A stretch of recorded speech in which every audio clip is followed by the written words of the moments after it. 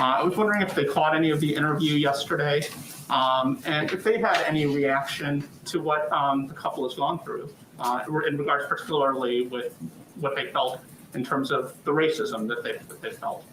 Well, let me first say that obviously many of us caught the interview. I don't have as many Americans did, and many people around the world. Meghan Markle is a private citizen, and so is Harry at this point. For anyone to come forward and speak about their own struggles with mental health and tell their own personal story, that takes courage. That's certainly something the president believes, and he's talked about the importance of, in of these areas that they're committed to in the future as well. We aren't going to provide additional commentary from here on behalf of the president or others, given these are private citizens sharing their own story and their own struggles. And let me just reiterate that we have a strong and abiding relationship with the British people and a special partnership with the government of the United Kingdom on a range of issues, and that will continue. Go ahead.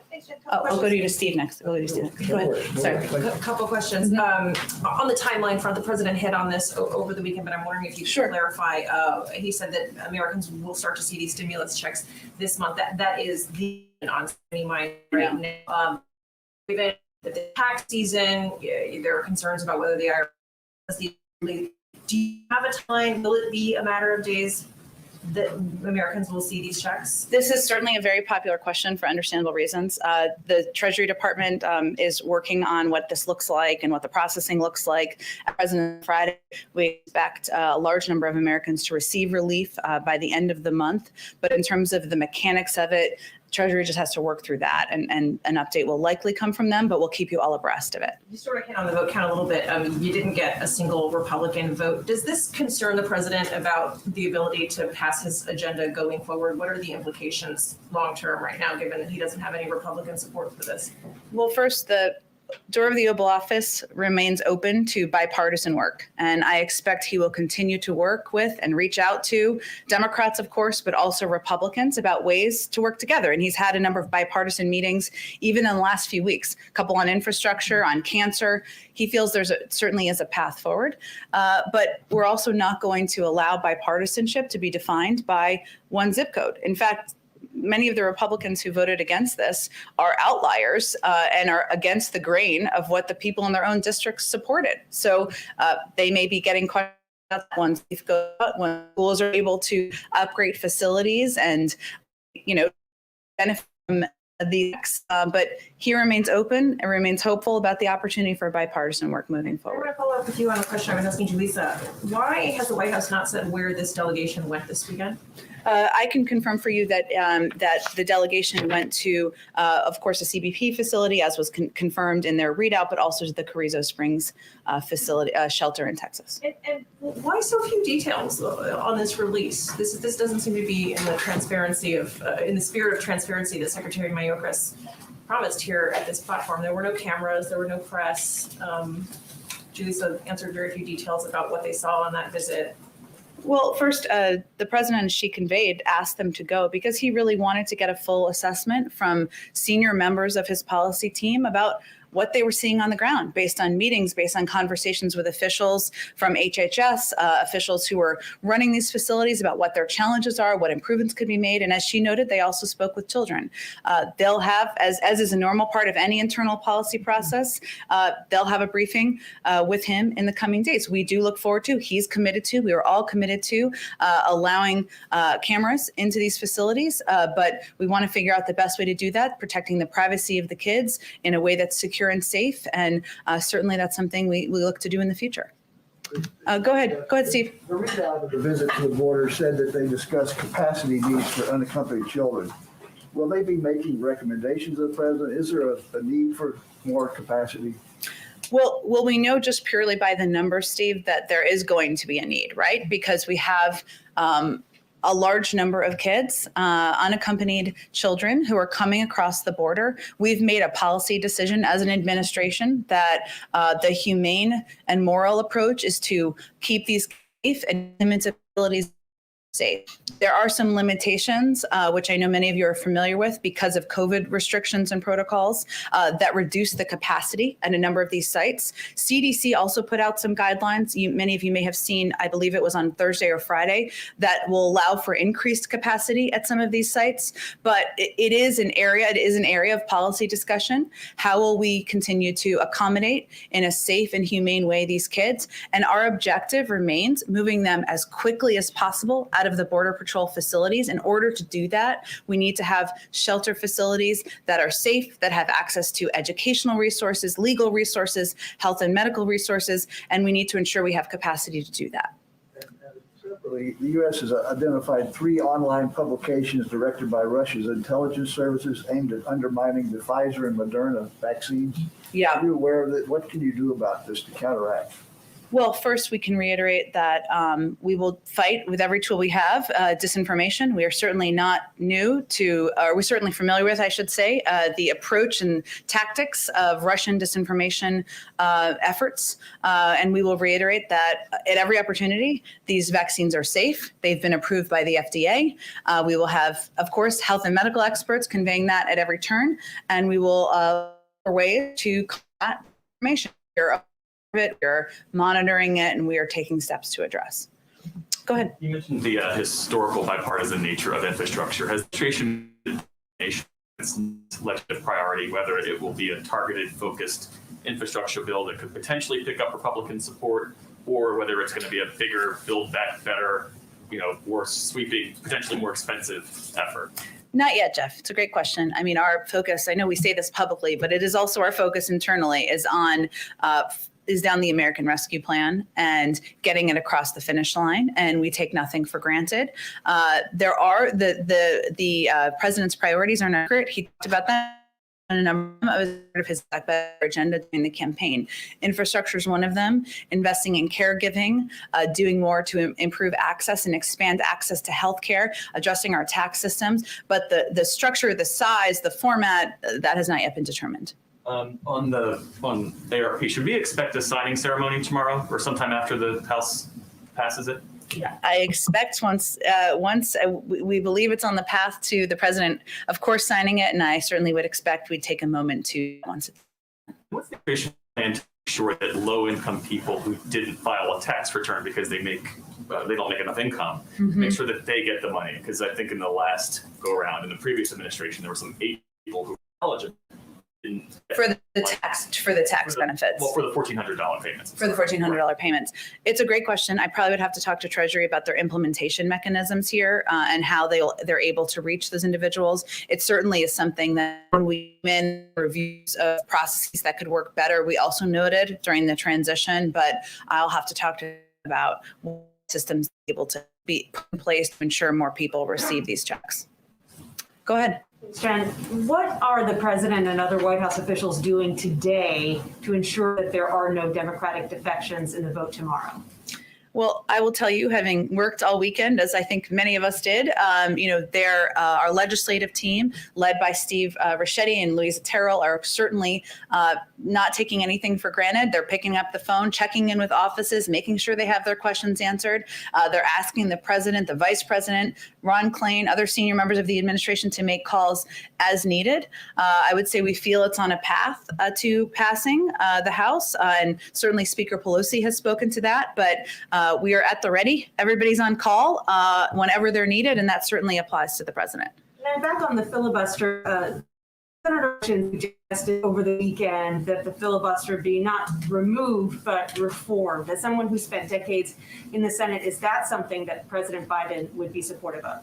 Well, his preference is not to make changes to the filibuster rules, but believe that current can Democrats and Republicans to get work and business done. He's also happy to hear from Senator Manchin and others who have ideas about how to get the done for the American people, but it's not his preference. Senator Manchin was also asked about infrastructure, and he said that he felt that any big infrastructure package should be paid for, and he suggested that corporate tax hikes might be one way to pay for a massive infrastructure bill.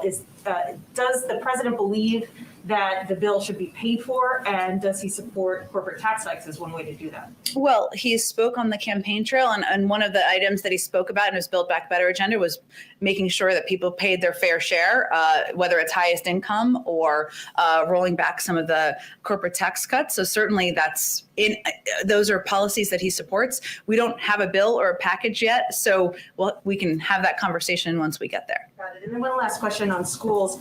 Dr. Fauci said over the weekend that he thinks that high schoolers are going to be vaccinated by the fall. We know what President Biden's goals are when it comes to K through 5 kids. Have you made any progress in devising goals for high schoolers? Well, we are thrilled to have Secretary Cardona confirmed, and he is, as you know, going to be hosting an education summit to talk about the reopening of schools and look ahead to what needs to be done to get that done. And that applies, of course, not just to K through 5 or K through 8, but also high schools. We also are on track to for the president to sign into law the American Rescue Plan, which has $160 billion in it, to ensure that schools who don't have the resources needed can make these facility upgrades as well, get testing in place, hire teachers, bus drivers. But I will leave it to the Secretary of Education to determine the timeline or the path forward for high schools. Go ahead. Briefly ask on a couple of COVID things. Can you confirm the president will host the Merck and J&J executives at the White House on Wednesday? Yes. Why did he do with the trip? We felt it was an appropriate place to have the meeting, but he will look forward to discussing with them ways to work forward to continue to expedite vaccine supply and distribution to the American people. Is there any risk with the event was supposed to happen in Emergent? There was, of course, a report on the weekend over Emergent's history with the U.S. government. Is there any risk that the vaccine production could be some, problem with Emergent being a supplier to J&J? As implied by the president declining to go to the facility? Well, I will say first that the administration is going to undertake a comprehensive review and audit of the national stockpile. And obviously some of that was covered in the story I believe you're referencing. But I have not, our health and our COVID team has not conveyed to me any concern about the timeline or pace of vaccine production. And your team also just announced the new CDC recommendations around vaccinated people. There's no change to travel guidance. I want to ask whether the White House had any involvement procedurally in preparing those, or is that entirely with the CDC? But broadly, what do you say to Americans who wonder, if I've been vaccinated, why can't I get on a plane? I would encourage them to ask the CDC the questions. They are the ones who put together those guidelines. We were not involved in the sense of developing them or signing off on them. Of course, we receive regular briefings, but I would direct those questions to the CDC. Finally, there was a report out of Europe and the FT that the European Commission will ask the U.S. government to authorize export of U.S.-produced AstraZeneca vaccines in particular. Do you have any response to that, or can you say whether there have been any calls? Have you been asked that yet by the Commission? I don't have any update on that, Josh. It's a good question, but I'll have to talk to our national security team and our COVID about what that process would look like. I'm not aware if that ask has actually been initiated yet. Go ahead. Yes, Jen, thank you. The Chinese foreign minister is demanding that the Biden administration reverse what he calls former President Trump's dangerous practice showing support for Taiwan. What's your response to those words from the Chinese foreign minister? Well, our position on Taiwan remains clear. We will stand with friends and allies to advance our shared prosperity, security, and values in the Indo-Pacific region. We maintain our long-standing commitments as outlined in the 3 communiques, the Taiwan Relations Act and the 6 assurances, and we will continue to assist Taiwan in maintaining a sufficient self-defense capability. So our position remains the same. Are you worried at all about this increasing rhetoric and the actions by Taiwan towards China? I don't think I have anything more for you on it. Go ahead, Katie. Yeah, question. The first is about Secretary Cardona being ordered to revisit the Title IX rules as they relate to sexual misconduct on campus. So the Trump-era rules were controversial because critics said they bolstered the rights of the accused, perhaps over the rights of victims. The Obama-era rules were met by legal challenges that said those rules infringed on due process for the accused. Where does the president want these rules to go? Does he believe a balance can be struck, or what has he communicated about what he wants? I mean, I think the president wants a recommendation from the Secretary of Education, who we look forward to having in this briefing room. And it sounds like there's a lot of questions people would love to ask him, but I don't think he's going to get ahead of a policy process or recommendations by his Secretary of Education. And then I have just a question on what is the president's relationship with Senator Manchin like these days? How often do they talk? They speak regularly. He speaks with a range of senators and members of Congress and members of the House regularly as well. Obviously, they have meetings here, but he perhaps speaks for 36 years. Certainly didn't hesitate to pick up the phone and have a conversation, whether it's something he agrees with, disagrees with, and that's something he's prone to do even when it's not on his schedule for that day. Just when it comes up and it's an ask somebody makes on the team.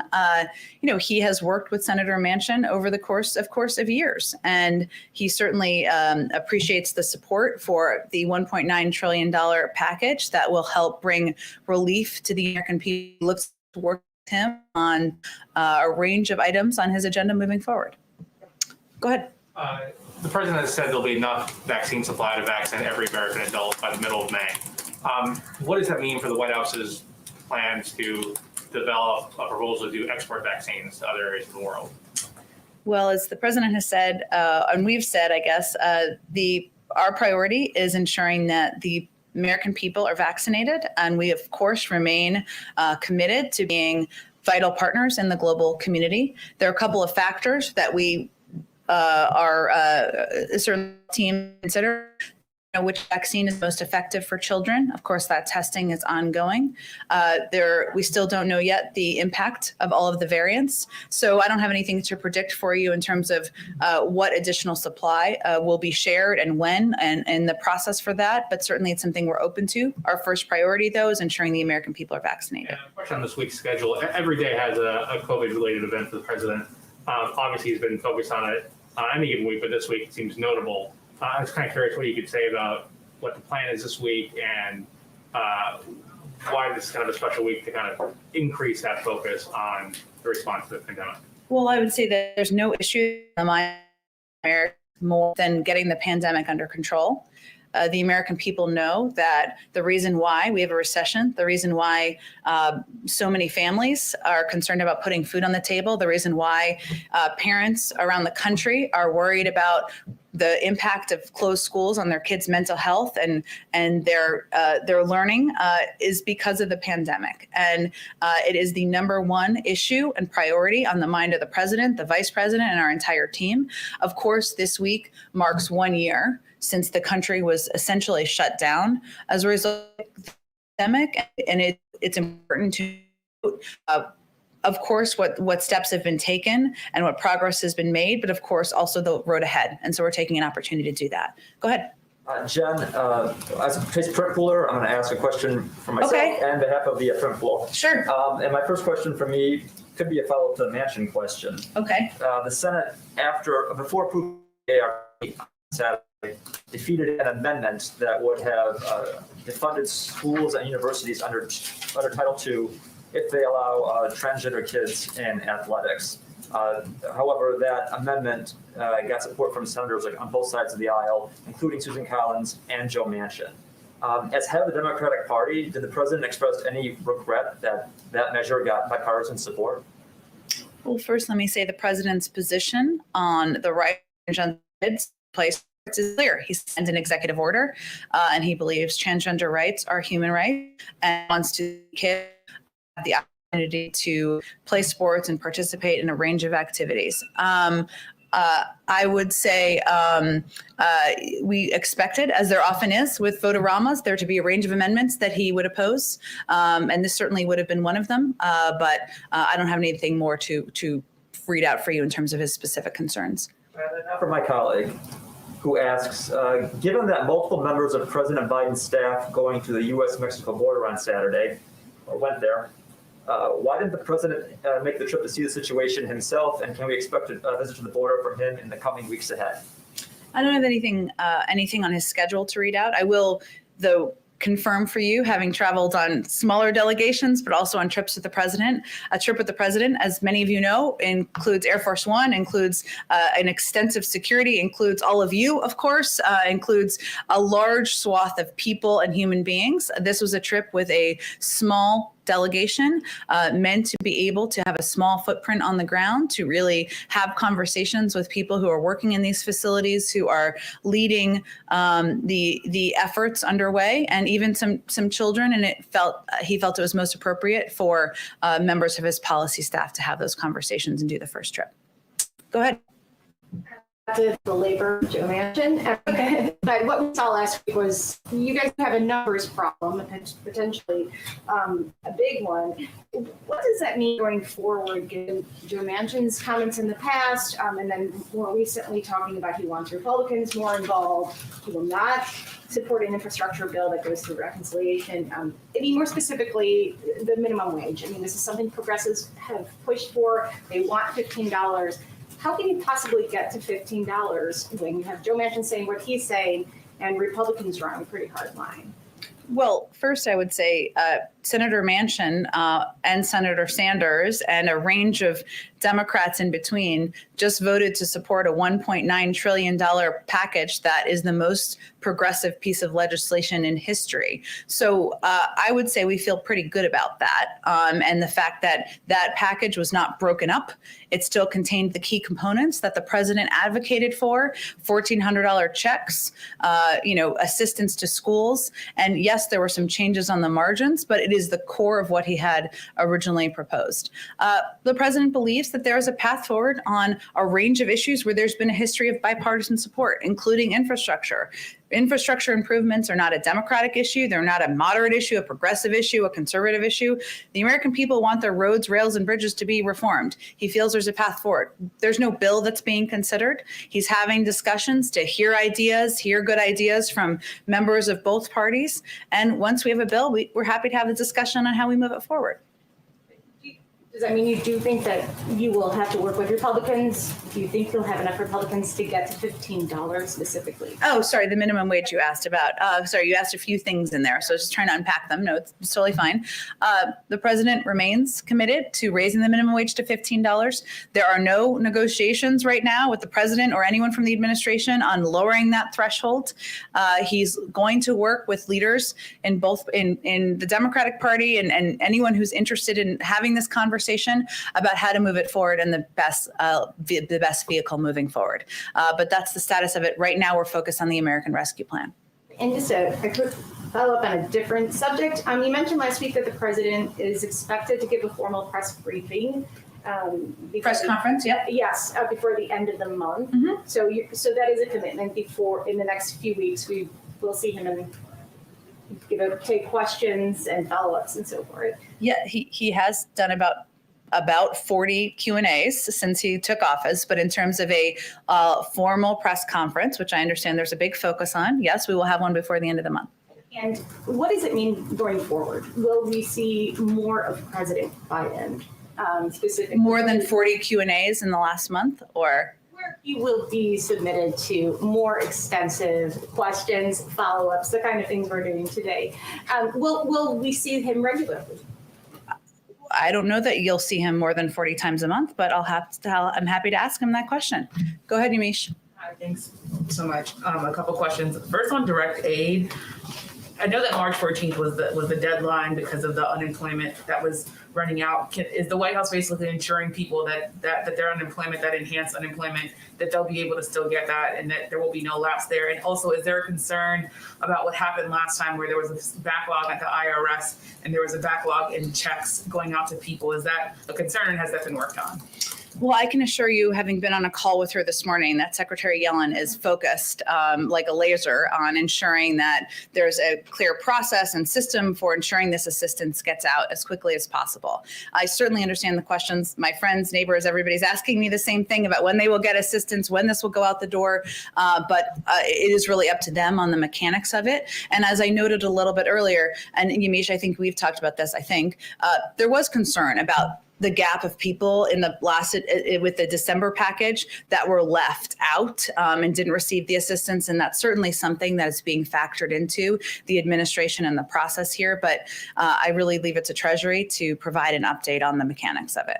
And then I know you said the president's preference is to not do away with the filibuster. House Majority Whip Jim Clyburn. He said that if Democrats want to keep enjoying the majority, that they have to find some workaround around the filibuster. He said maybe it would be a cinema mansion rule. I wonder if the president would be behind some sort of rule for specific legislation. Jim Clyburn was talking about civil rights and voting rights legislation. Would the president back any sort of filibuster workaround for specific legislation?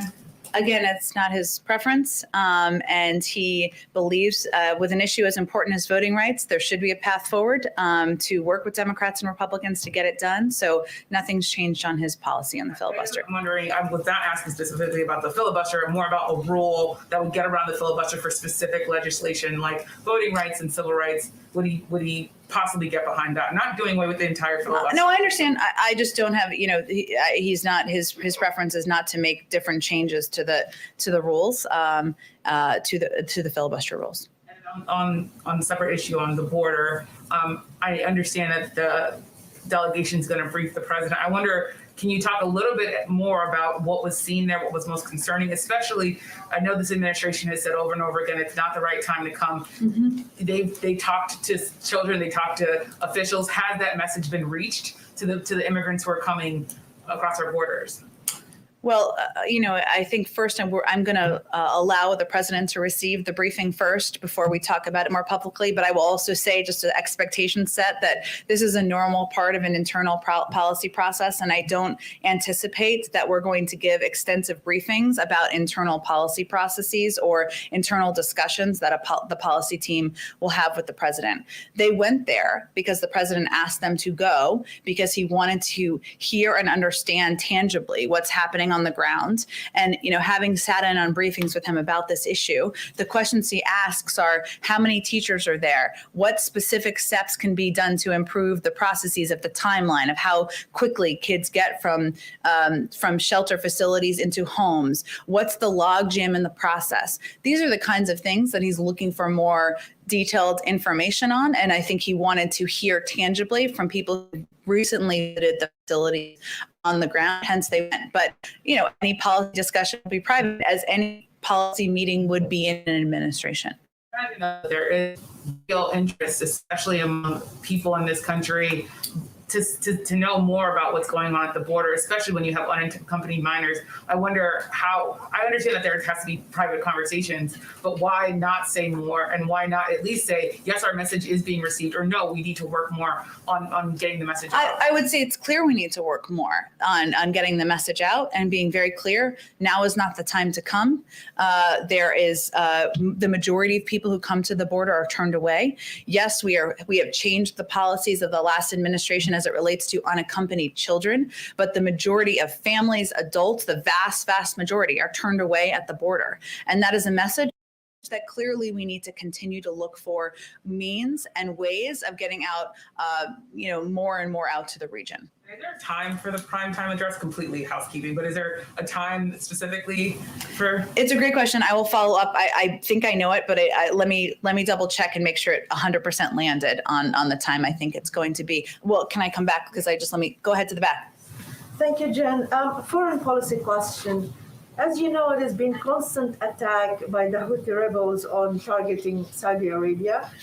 The Wall Street Journal just quoting a senior Saudi official saying that actually the attack yesterday on the port of Ras Tanura was originated from Iraq or Iran. Does the White House believe that this is a game changer since it's not from Yemen? And will you hold Iran accountable?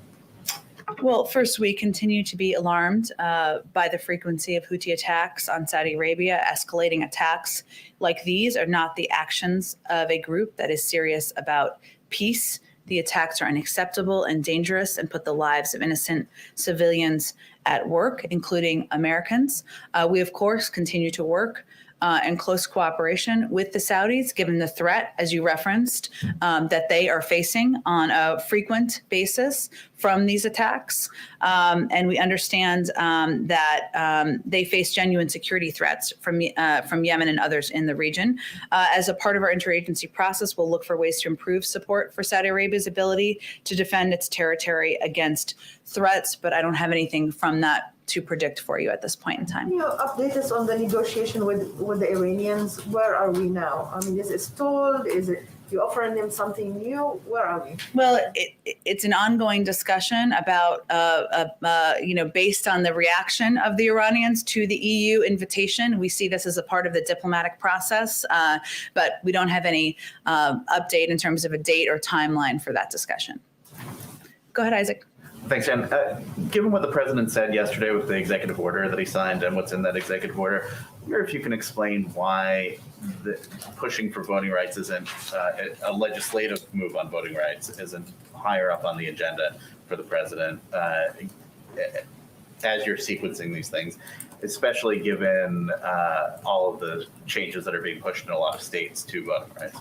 It is a priority. Right now, our focus is on the American Rescue Plan, getting it through, getting it passed, because the number one and number two issues for the American people are the pandemic and the economic recession. But making it easier and more accessible for the American people to vote, something the president talked about on the campaign trail, and he will remain committed to through the course of his presidency. He signed executive orders, as you referenced, into place just over the weekend.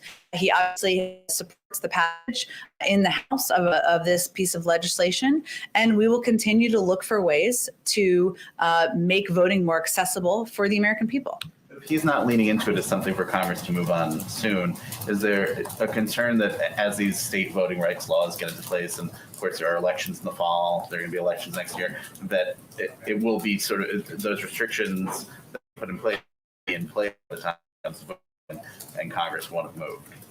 I mean, he is supportive of the legislation, right? He talked about, he put out a supportive statement. We had a supportive statement of administration policy on the passage through the House. It's something that he conveyed in that. He would look to see, he would support that moving through the Senate. Obviously, there are a range of means of working with states on their own approaches, working with Congress on a range of ways to help increase voting rights and access. And he and his team are eager to continue to do that.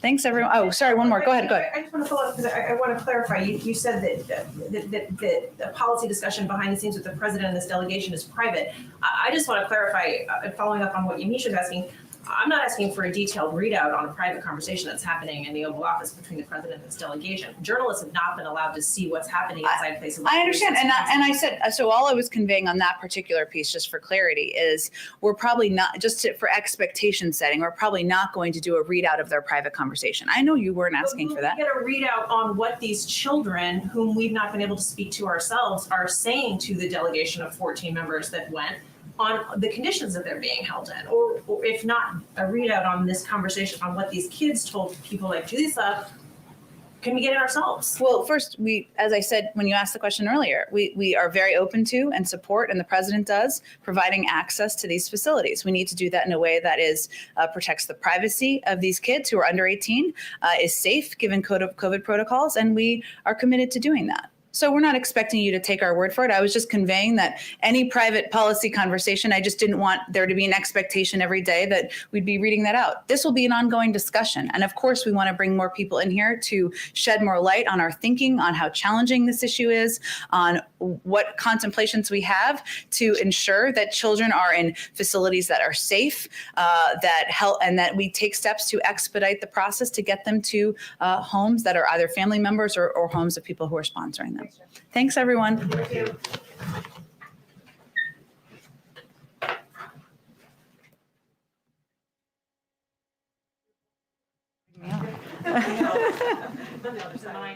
It is.